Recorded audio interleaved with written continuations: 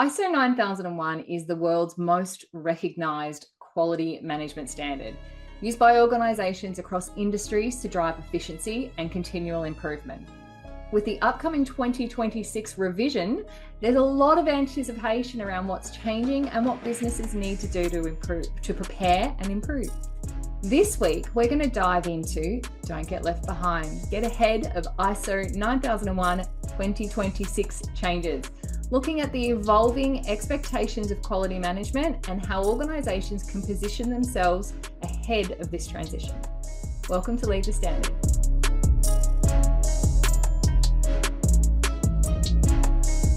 Hello, welcome. I am Kelly. As always, I am thrilled to have you joining Jackie and I for today's conversation. ISO 9001. It's been through multiple revisions over the years, and each one's reflected on the the changing demands of business and quality management. And while the core principles have remained the same, every update brings an opportunity to improve. Funny that, how we work and adapt to new challenges. Now, if you would like to explore this topic a little bit further, you can find the link to the newsletter we've based today's episode on, as well as any other articles that we're going to refer to today as a reference. I think there's probably going to be a few today. They're all going to be in the show notes. But before we get to that, hello, Jackie. Hello, I am here listening. You're listening. I feel like today is absolutely your jam. And I'm going to have to keep a stopwatch, I think, because we know that you are a quality nerd and you love to talk about this stuff. So I'm going to let you jump straight in today. Feel like this is a given. I've explained a little bit, but I'm going to ask straight up, what's driving this revision and why is it such a significant moment for businesses already using 9001? I think the answer is one answer to both of those questions. Obviously what drives revisions is like that. I always say nearly sort of every 8 years or so, the standards go under review. So it's about time because it's a 2015 revision. So the new standard is due out next September, so September 2026. So, it's well and truly that revision stage. So that's just that normal revision process for any ISO standard. But I think in particular for this revision, we've already had an amendment last year, climate change amendment, so 2024, February last year. Yep. And the other thing that's driving this change, and this is my opinion, is the digitization, like those emerging technologies. Okay, that's changed significantly, even since I've been working with the standard as well. So, AI, when I first started, everything was in hard copy and folders. Okay, you hardly ever find that anymore. So it's about time the standard has sort of had that sort of overhaul, you could say.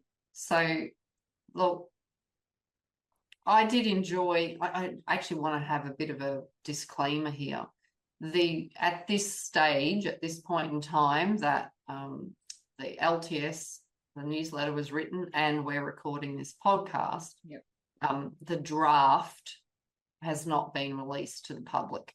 No. Okay, so we know there's a draft and it's under review only by certain people in that sort of technical body or that are on that list. That's not me.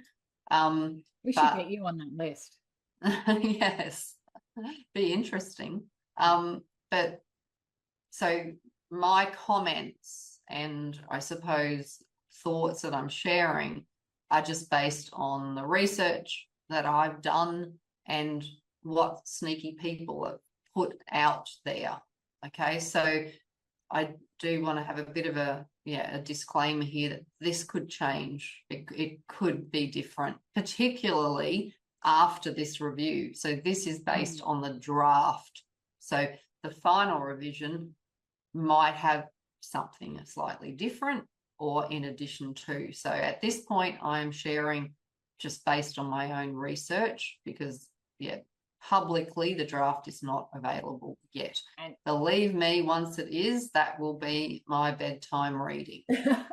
I don't doubt that at all. But history has shown from the most recent revision, the draft that we had in front of us did have a number of changes. Some of them were very minor, but had a big impact. So yeah, history has demonstrated what comes out first won't be what comes out last. No, there'll be some tweaks. So once we do have the draft, then I can do a quick review. And if there is anything that stands out that we may not have covered here, then we can revisit it. So it's ongoing, essentially. So, but I know I did write this in the newsletter. I made a promise to myself back in 2015, 10 years ago, that when the next revision of 9001 comes out, I'll be retired.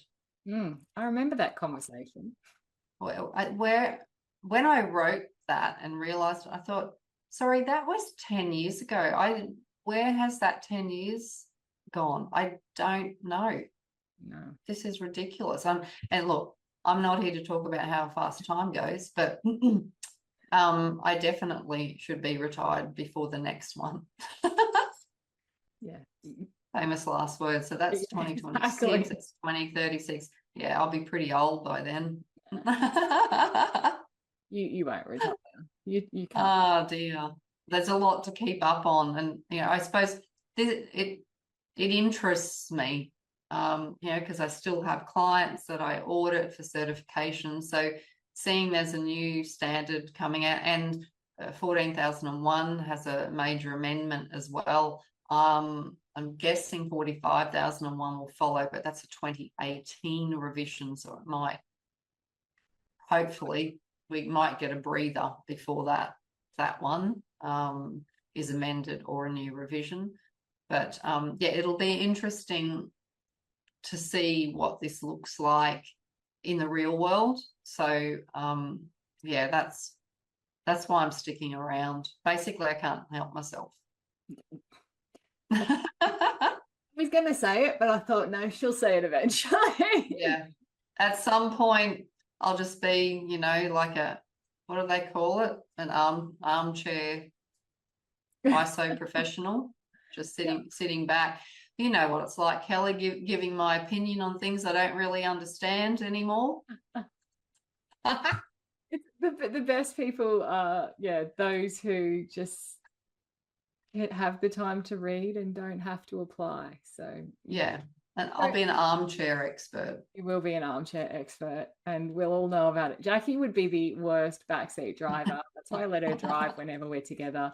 So I suppose let's get into the content. We've done our disclaimers. We've told people about our actually that was one of our first conversations. I started as we were doing the 2015 revision, and it was said to me, none of us will be here when this comes around.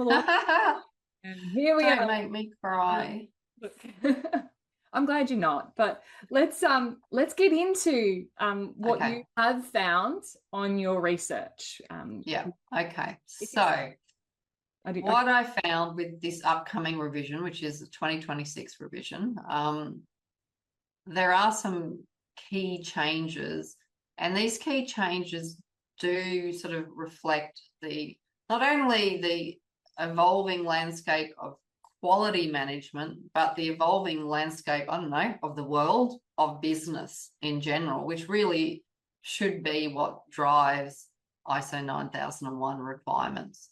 So, as I said, in my research, I did identify just like 4 key areas. I like to break it down a little bit just so, we're not going clause by clause, even though I have referenced some a bit further on. But the 4 key areas that I found are being focused on for the 2026 revision are a bit of a stronger emphasis on risk-based thinking, maybe just a little bit more information on that, the proactive side of it. Quality culture, my personal favorite, that comes under leadership. Climate change, of course. So as we mentioned, there was a climate change amendment in February 2024, just with one line in 4.1 and one line in 4.2. So now, because it's a full revision, they're having the opportunity to expand more on that, which is great, actually. We need that, a little bit more context, please. And then, of course, the fourth one is emerging technologies. So, of course, we've got this shift more to, I talk about digitization. So, and even within our own quality management systems, that digitization, machine learning, real-time monitoring, all of that sort of thing. The whole landscape is changing. So those changes, I suppose, are reflected in 9001's, I suppose it's evolution, isn't it? It's ongoing evolution. It's got to stay current and align with how we do business now, what the current business challenges are also.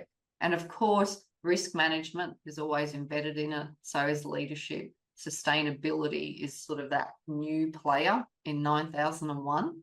And of course, the technology, so the advancements and changes in that, which sort of, is scary how fast that's moving. So businesses that are proactive with this and adapt to these updates and come in with this open mind will be better positioned to, maintain their systems and conformance. And sorry, I'm going to go off on a tangent because I thought of a story here, because this is change, right? Go for it. I talked about businesses proactively adapting. So that sort of triggered okay, you need a positive attitude here, people. Yes, it's change, but so it reminded me of an article I was reading a month or so ago, and it was around the new, so with vehicle emissions standards, the emission standards came out, I think it was 1st of January this year. And it was an article that was basically had some car manufacturers whinging and moaning about these new emission standards, how hard it's going to make their life, and how it's going to cost money, blah blah blah blah blah. And then I was reading that Audi had a completely different approach. They actually welcomed the changes because it helped them to strategize and know what their 5-year plan is, what their 10-year plan is. It gave them some structure. So they looked at it from that opportunity light. They can't change it, right? That's what it is. So they just decided, you know what? This is what it is. This is a requirement. What are we going to do about it? And it helped them to move forward with their 5 and 10-year strategy instead of whinging and moaning like the others. Yeah, I hadn't heard the story about Audi, but I did see that there are four companies here in Australia who, well, the legislation applies to Australia. There are 4 companies that just pulled their top selling models off the floor and aren't going to be selling them at all because it was too hard to meet these requirements. And for me, that was a bit of an alarm bell. And this is when I realized how much of an influence you have on me. And I was like, but you're right, that this is an opportunity to improve the quality of your product. And your customers are saying, these are the vehicles, that we love and we want. And you've just gone, customer doesn't matter. It's too hard. Too hard. I couldn't believe that attitude. So yeah, I absolutely get that context there. And this is an exciting opportunity. If you're struggling with your 5-10-year plan, they've just given it to you on a platter. Here it is. Yeah, exactly. Yeah, I don't know where to start with my climate emissions targets. Oh, here's your target. Oh, thanks, guys. Here it is. Yeah. Thanks. Yeah, and it's the same with this standard. And yeah, when I read that, that's when I had a light bulb moment as well and thought, oh, okay, yeah, they're seeing it as an opportunity. And we can stress out about it as well because all our business is built on these standards, and they're changing. So we can either whinge and moan about it and say, oh no, what are we going to do? This is terrible. Oh, what rubbish are they talking? But it gives us a new course. It gives us an opportunity to help other people to learn about it, implement in their business. It has this flow-on effect. So rather than going, oh, this is so hard, it's like, okay, this is our plan now. We have to be ready. Yeah. So, yeah, that's why I thought that story was important to share, just so we can start off on a positive note. Yeah. Let's get into these topics, because I'm really embarrassed to say this, but I am really excited about this. I thought I would say it. So congratulations, Jackie, you have converted. Quality nerd territory. Now, obviously, I'm not going to go into great detail with the clauses until we get the draft. Yeah. So this is sort of this overarching sort of look and what this potentially will be. So the first key area of change in ISO 9001 2026, we're looking into the future. I identified risk-based thinking. That's not new. No, well, really, it came, I think, each revision, 2015 in particular, was the one that, and correct me if I'm wrong, it could have been the one before, where preventive action was removed from the standard. I think it was 2015, but time goes so fast. 2015 was my first step into this. Okay, so I'm going to say, because we used to have two separate clauses, preventive action and corrective action. And preventive is actually risk-based thinking. So there was always confusion in the old standards pre-2015 that, well, what's the difference? Okay, whereas preventive action is risk-based thinking. So what they've done in the upcoming new revision, they have reinforced this risk-based thinking element. So there's a better alignment with, I suppose, the relationship between risk, well, what is it in quality, and then the risk that becomes an opportunity.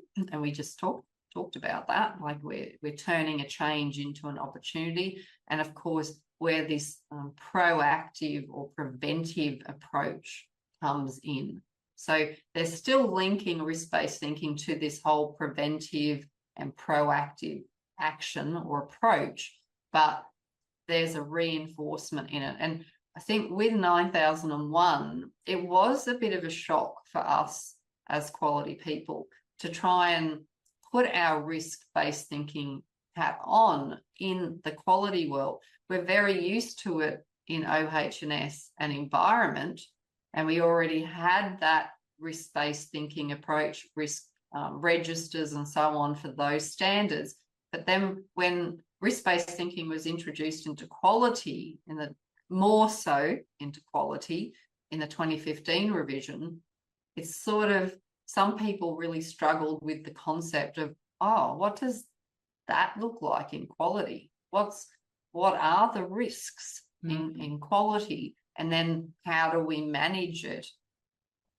Okay, so a lot of people or businesses that are triple certified could just integrate their quality risks, because of course a risk in 9001 is anything to do with their product or service and how it impacts the customer, essentially. So it's I suppose the quality of the product. Are we meeting the requirements? Is it what the customer wanted?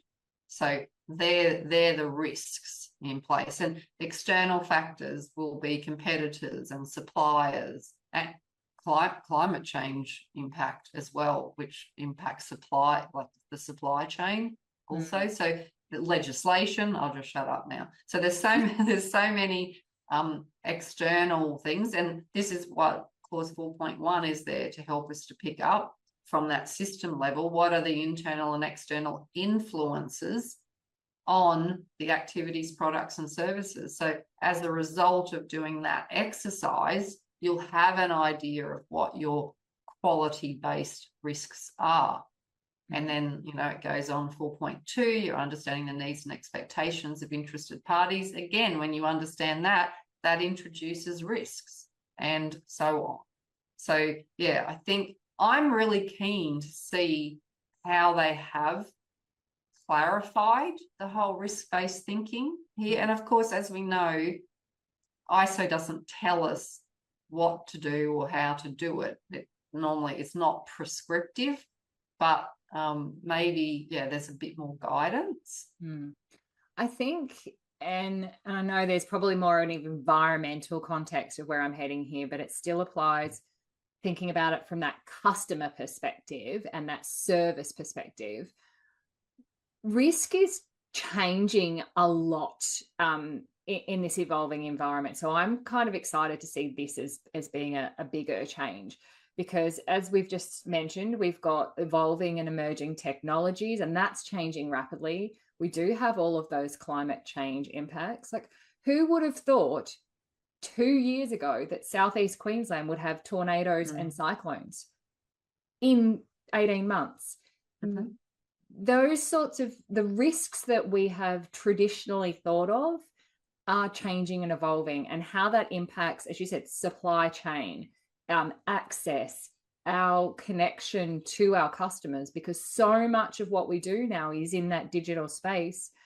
As we saw, we had half of the team disappear and we couldn't provide the service at the quality we wanted to our customers. We do apply this approach, but neither of those things were on our radar. So those preventative actions, you and I have had a discussion about what we can do to stop us going offline, etc., in those in future. And I think really focusing on this inequality space, as you said, still probably hasn't been as adopted as much as it could and should have. And it's the little things.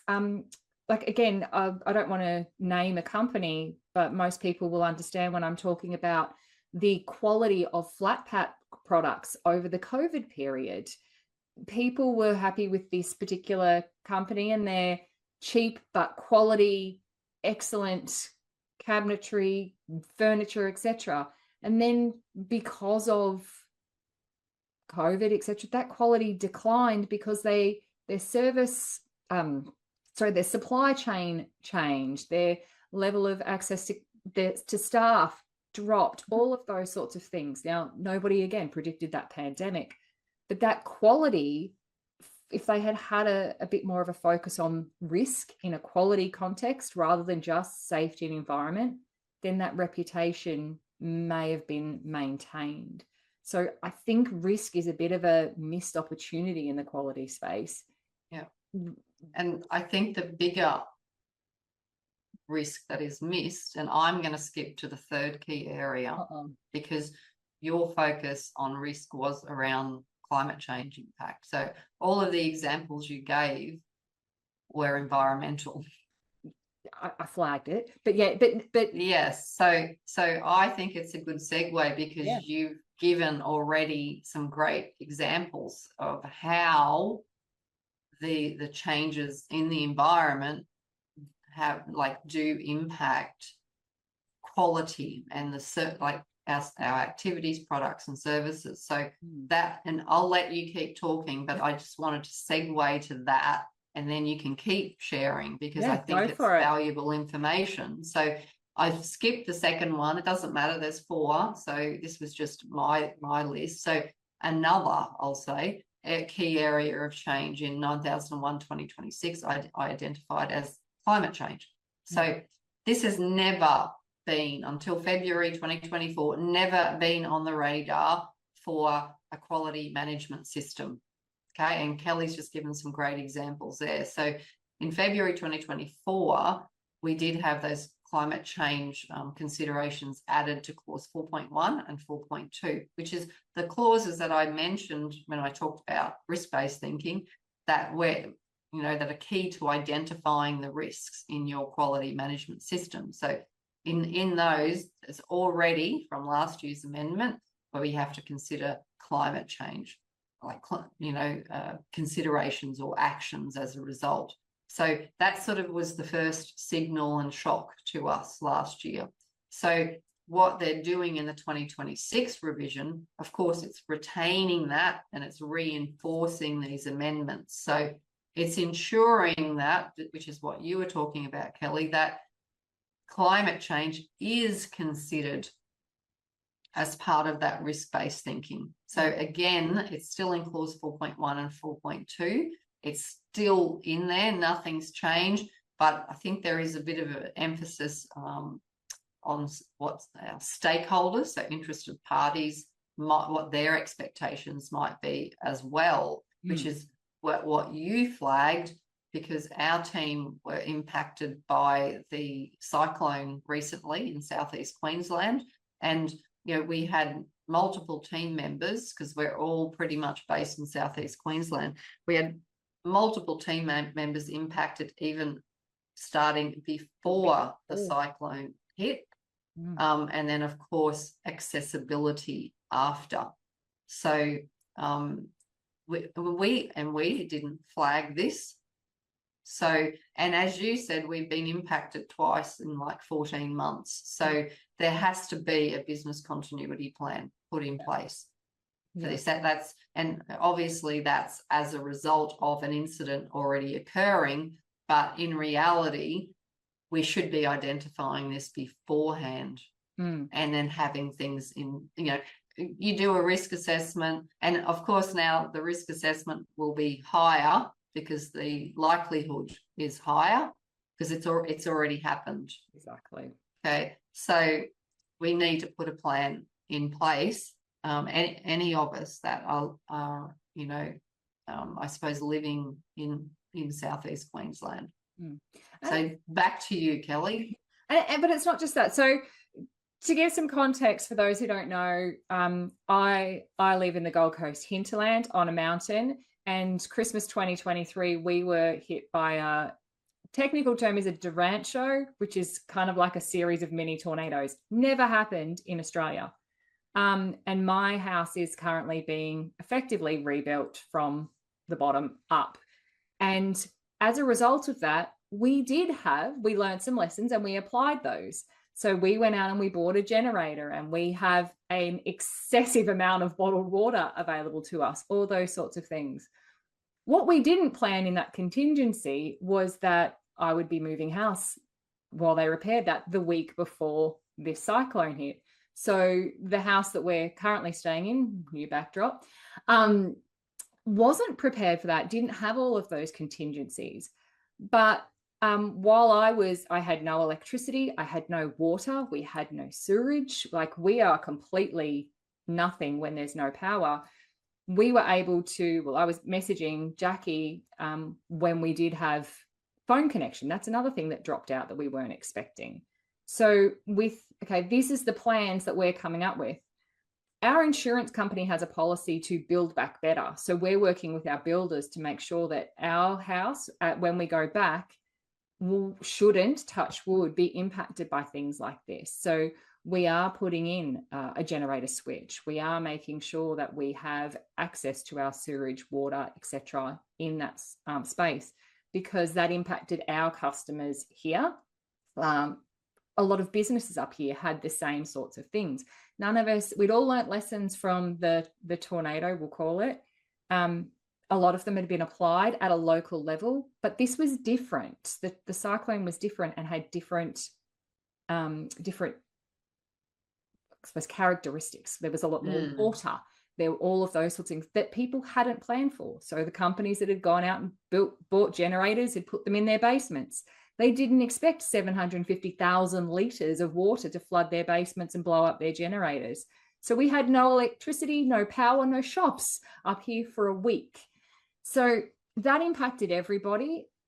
And surprisingly, the community, this was where I kind of had that moment, took me 10 years, where we could start seeing members of the community who had experience in ISO and in management systems pulling together with all of these things. They're risk-based thinking, they're focusing on their customers, interested parties, pulling together and picking out all of these changes, improvements that we need to do, but focusing on how that impacts the community, not just, I suppose, the business. Whereas councils and governments and all of those sorts of things who don't run to ISO, which I thought was kind of not surprising, but also interesting at the same time. Like they still have to think their about own customers. rules. Yeah, exactly. And even then they don't follow them. But the two very different approaches, those people who work in a management systems ISO space really did step up and have an understanding of how to look after all of these things. And those who didn't. So organizations who are thinking about climate change and customer and all of that really did seem to be those that got off the ground much more quickly. But also, as we said, they had that preventative action, they had that proactive approach, and were able to get back up off the ground a lot more quickly. So lessons learned, lessons applied, but also we all now know prepare for the unexpected. I think that's probably a good segue to the next one too. By next, do you mean 2 or 4? You've confused me. Number 2. I'm going back now. You seem to be doing that, just leading me, because I suppose if you do have a management system, and it is how you do business, then you do have sort of a different mindset if it's a positive one, sort of, which leads to this, like the next key area that I identified in 9001 2026 is quality culture. Okay, I think that's sort of you were dancing around the outskirts of this, because it is, this is actually my favorite. This is something that I talk about a lot from an ISO professional and leadership space, and it really is about like soft skills, emotional intelligence. It's a hard thing because it's not tangible, because we all love the tangible stuff, don't we? We love, oh, here's my standard, it's got clauses in it and it tells me what to do, and here's my quality management system, this tells us how we do it, it's all tangible. And then someone comes along and talks about culture and emotional intelligence, and it's like crickets. Like, well, what can we touch when it comes to that? Because it is about reading the room, picking up on body language, social cues, tone, whether people are distracted or not, how you communicate. Okay, and the output from those actions is tangible. However, it's not something you can pick up, right? So normally this culture thing, it can, and especially to ISO professionals, because we're very structured, rule requirement-based people. That's why we're in the business that we're in. So that's why, if you want to get ahead as an ISO leader, and 2, you want your system to really be high performing, it's this quality culture that needs to be built. And the other thing, it takes time and patience. You can't just all of a sudden start talking nicely to someone on day 283 of being the quality manager, and they'll go, oh, actually, you know what, Jackie's not too bad, I'm going to actually listen to her now. Because you have to build, this is about building trust.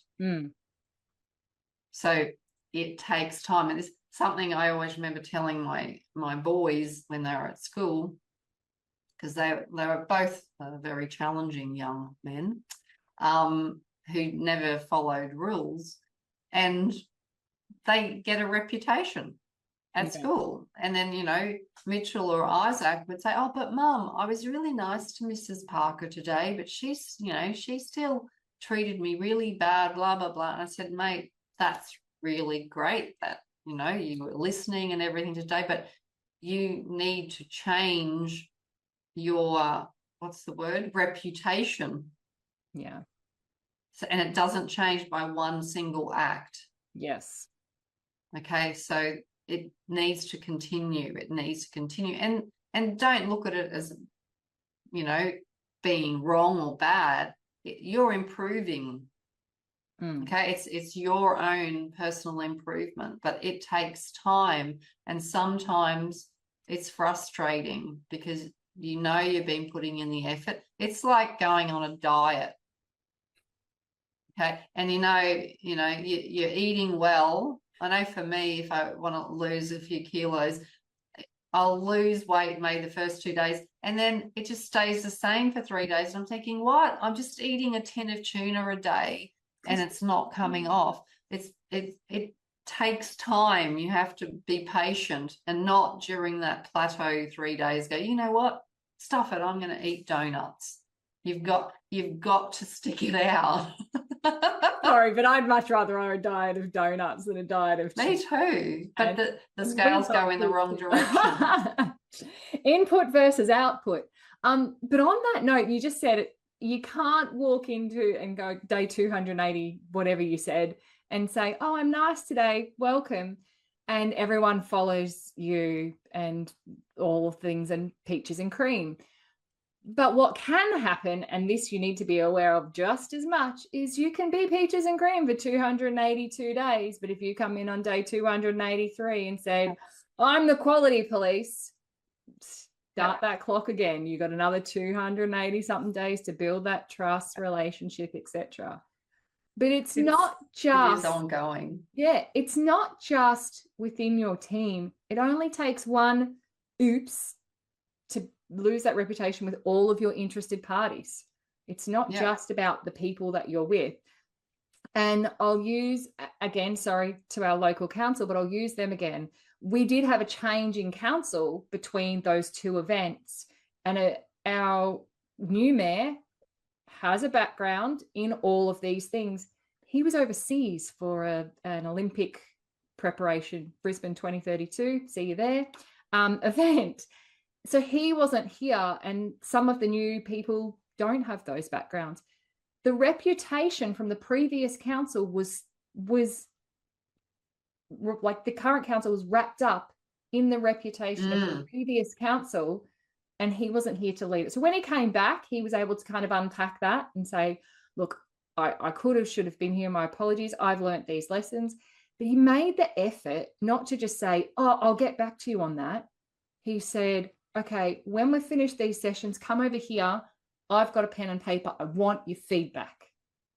Okay, so it's not just about your people, and it's not just about you in that moment. The culture is going to follow you. So if you change businesses, your reputation is going to follow you. If your organization has a shift in something, a positive or a negative, I'm getting Jackie a bumper sticker for her car. She doesn't know it yet, but I'm sure many of you know what I'm talking about now. Reputation, your reputation impacts your product, your service, all of those sorts of things. So that culture isn't just in-house, it's everywhere. And I feel like we're seeing across the globe at the moment a huge shift in how people feel this quality. Yeah, that's interesting that you say that. And now I need to go and find that article. I was reading an article just in the last few days about leaders and how business, their attitude revolves around the attitude of the leader. Which isn't really surprising. No, and we're seeing it a lot more. Yeah, and the article I was reading was about this person that came into a business whose leader had left, and he had a different leadership style. And he picked up that everyone in the business had the same leadership style or attitude as the previous CEO. Yeah. Okay? And there was nothing wrong with it, but it's the previous CEO's strengths and, the things that he focused on, that traveled all the way through. And then, of course, when this new guy started, he had to adapt a little bit, but also his sort of attitude and focus it took time for the others to pick up on that as well. And that's sort of in line with what you were saying. And in ISO, well, that's top management, that's leadership. So this if we're talking about quality culture still, it does come from leadership. Another quick segue, and that's a perfect example here. Qantas, not in the news as much as they were for a period of time. And I feel really bad right now because I can remember Alan Joyce, former CEO of Qantas. Everybody knows Alan Joyce. He left, scandals, all sorts of things. He was a senior manager that came in as a senior manager. The new CEO of Qantas, I feel really bad because I have forgotten her name. Yeah, but I'd say that's because she's not in the news with all of this negativity, etc., that previously came with Qantas. She started at the bottom and worked her way up in Qantas. And the first thing that she did in her first week was took off her CEO hat and started at the bottom and went around and had the conversations. What do you want to see at a customer-facing level to build our culture and get our reputation back? Perfect example there again. Different leadership styles have different outcomes from the business. I've forgotten her name because she is not bad news Sally, we'll call her, every day in the paper because she's rebuilding that culture. Yeah. Well, we should know it from a positive light. I do. I'll know once I see it. Yeah, exactly. I want to say Michelle, but I feel like she might be Virgin. That's all right. You can have a Google. I'll Google and I'll put it in the notes. Okay, put it in the notes. So the fourth and final key area of change in ISO 9001-2026 I identified was emerging technologies. So Kelly will love this one, so I might just hand it over. And I did mention earlier on, like, this is what's shaping modern business as a whole, the world, individuals. So of course, this needs to be recognized and adopted, adapted in ISO 9001-2026. If they didn't put it in here, by the time another 8-10 years comes along, it's not with the times. So I am really keen to see what this looks like. You know, one, in the standard and what we're looking for as implementers and auditors, and two, I'm really excited to see how the businesses I work with will be using, you know, these technologies within their systems themselves. So don't forget, like, when we do have our systems within quality, we've got clause 715 or 7152 is measurement traceability, which is really around calibration as well. But 715 is all around monitoring and measuring resources. So how these AI or real-time sort of models are working is something that we need to consider within, I suppose, say as a quality management system, how it impacts the end result for the customer, because this is actually doing things. It's you know, for us at Atoll, if we had AI write our content and we didn't have an SME check it, then we're putting out content that is highly likely not 100% accurate. Okay, it might be 50%. It might give us, you know, the framework, but we still need that SME to check it and rewrite it to ensure that it's, you know, giving that correct message. And then, of course, the delivery methods and all of that is important, you know, for learners in all different styles. So, you know, it is about understanding what systems you have in your ISO management system, no matter what it is, and what those tools are, and how, as a organization, you are monitoring what they are doing for accuracy and what the output is. So yeah, this is quite, I think, exciting. Yeah, I'm realizing today that I'm nerding out a little bit more than I realized in 4 weeks. So apologies if my face is doing weird things, twitching, etc. I promised I'd never turn into Jackie, and I'm scared it's happening. So the world doesn't need two of the same No. thing. Very unique.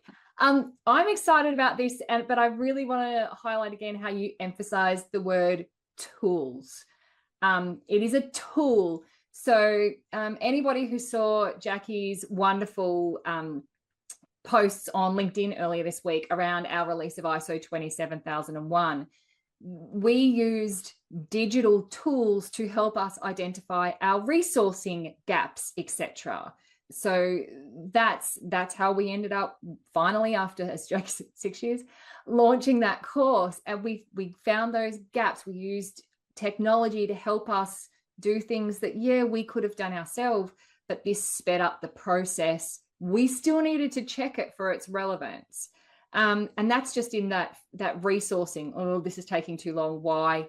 Data stuff. Launching the course itself, it's something that historically I have done start to finish. But this time, the last couple of times we've launched a course, we've found opportunities for improvement and worked with our IT team to automate some of those things, but they still need human validation.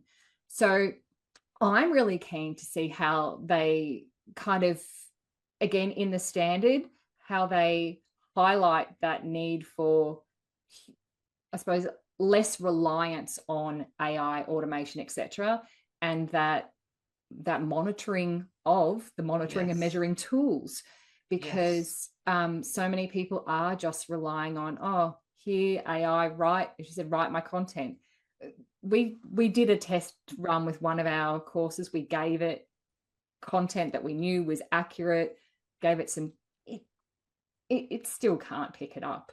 But things it does it to a degree, but you still need the SME to sort through it and fix things, changes terms up. And for example, when you put clauses from the standard in there, it can rewrite the clauses when you don't want it to do those sorts of things. So that's where it is important to monitor these software. Absolutely. But it's a tool. It's still going to streamline and cut out, manual time. It's just what we do and how we do it.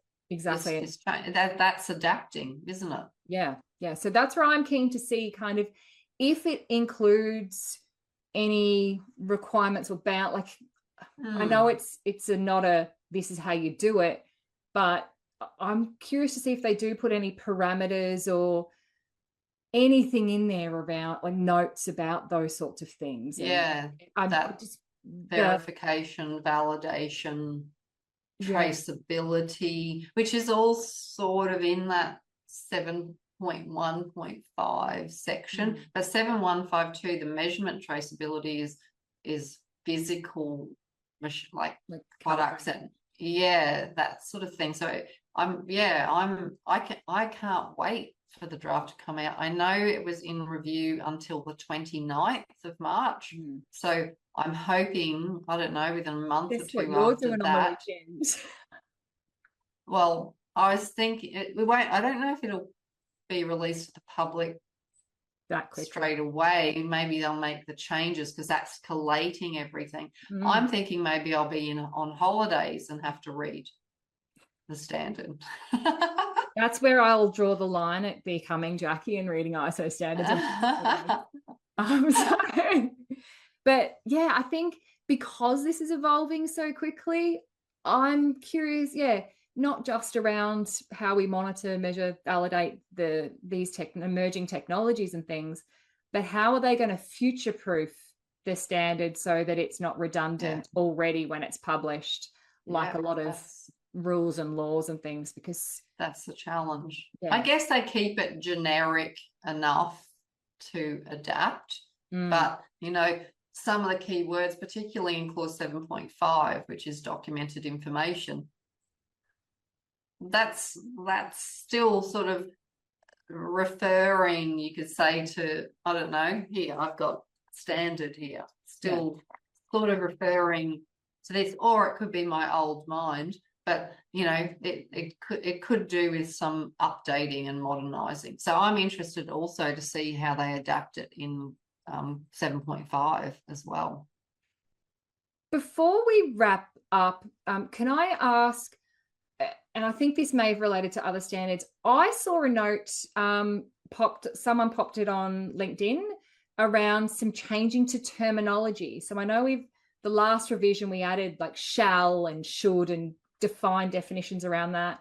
Have you seen anything Now that you around say it, yeah, I think in the annex they were saying there's some changes to terminology. I didn't include it in here because I didn't think it was a key thing, but there is, from memory, it's in the annex, not in the requirements. So that's something to keep an eye out for when we get the draft. Yeah, and that may be where they're future proofing, I suppose, in that flexibility. So yeah, I'm more excited now than I was when we started an hour ago. Oh, that's good. Then my job is done. Yeah. And speaking of excited, I loved the model that our marketing lady put together for this. It's so pretty. You'll see it in the newsletter. And look, Angus may have popped it on screen earlier for everyone to be. Oh, he may have, because it's really pretty. And it really sort of pulls the four together just as a quick visual as to what those key changes are. So just before I summarize, don't forget that what Kelly and I have spoken about today, we have not had our hands on the publicly released, because there is no publicly released draft yet. So anything we've talked about is based on my research. Of course, once we get our hands on the actual publicly released draft, we will have a quick review and see if there's anything significant that maybe Kelly and I have missed, and we can chat about that another time as well. But just to wrap up, we covered 4 key changes in ISO 9001:2026. Risk-based thinking, so there's a stronger and clearer emphasis on this. Quality culture, so we spoke about quality culture, leadership, top management responsibility. Climate change, so consideration, particularly in clause 4.1 and 4.2 around climate-related risks and opportunities. So Kelly did a really good job of linking that back to risk-based thinking as well. And of course, we finished off with emerging technologies. So we're moving, there's a shift towards that more digital-driven approach, and machine learning, real-time validation and verification within the systems. And what will that look like for us? So as always, before I hand it back to Kelly, I'd like to close with, anyone can follow the standard. Why don't you be the one to lead the standard? Which reminds me, we should put this in the show notes every week. I have a book coming out. We talked about that last week. Yeah, we're gonna. Yeah, and I have a landing page where people can go to. Brilliant. That's going in the show. Stay up to date. So I'll get that link to you. And then, we'll put it in the show notes, so you'll be the first to know once it's released later in the year. So now I'll shut up. Excellent. Make a great Christmas present. And all of those things will be available in all good ISO nerd spaces. I'm excited for that as much as I am for this, because that was a conversation we had coming up 10 years ago. So weird saying 10. Anyway. It is. Okay, that is a wrap for today's episode of Lead the Standard. We have broken down those key changes to ISO 9001:2016. I'm going to have to get used to saying that and stop typing 2018. That's going to be interesting. Did you say 2016? Oh, sorry, I did. See? 2026. Changes in ISO 2026. Holy moly. 16, 17, we'll get there. And why organizations should start preparing now rather than waiting till the last minute. According to my timeline, you've had 10 years, so good job. Jackie, thank you for walking us through that again. What's coming, how we think that that's going to change, and what we can already see the benefits are without even looking at the standards on those particular areas. My personal highlight this week is a little bit different. And it was kind of a bit of a light bulb moment I had as you were just wrapping up then. You live and breathe the ISO standards. You audit them, you implement them, we train to them, and you're our SME in quality safety environment. Talking this through today, and I feel that this could be really obvious to a lot of people, I don't live, breathe ISO standards specifically. But today I have really realized how much of an impact quality and quality culture and the ISO standards have on me, not just as a business operations manager and in a business sense, but really how far reaching that is in life. And talking this through today, I said, you heard me say a few times, I'm getting really excited about this. It is because I can see how much of an improvement that can make to everybody and in kind of their day-to-day life. So yeah, it was a weird kind of shift in thinking there as well. So yeah, Nice to hear. I'm a little bit too excited about this. So bring on next week's course dev planning meetings. Speaking of next week, we are going to be shifting gears just a little bit. We touched on it today. We're going to be going from quality to environment. Sticking to the theme of change, though, we are going to be talking about ISO 14001 2015, that's the correct one, is changing. Are you ready? So if you thought that what we talked about today is big, wait until we dive into what's happening with environmental management systems. That's going to be a really interesting one to have a chat about. So again, thank you everyone for listening. As always, please don't forget to subscribe, share this episode, leave us a review. Love to see some people's thoughts and comments this week, really around what they think those key changes might be and all those things. So leave those in the comments below. Until we do see you next time, please take care, keep leading the standard. Goodbye for now. Bye.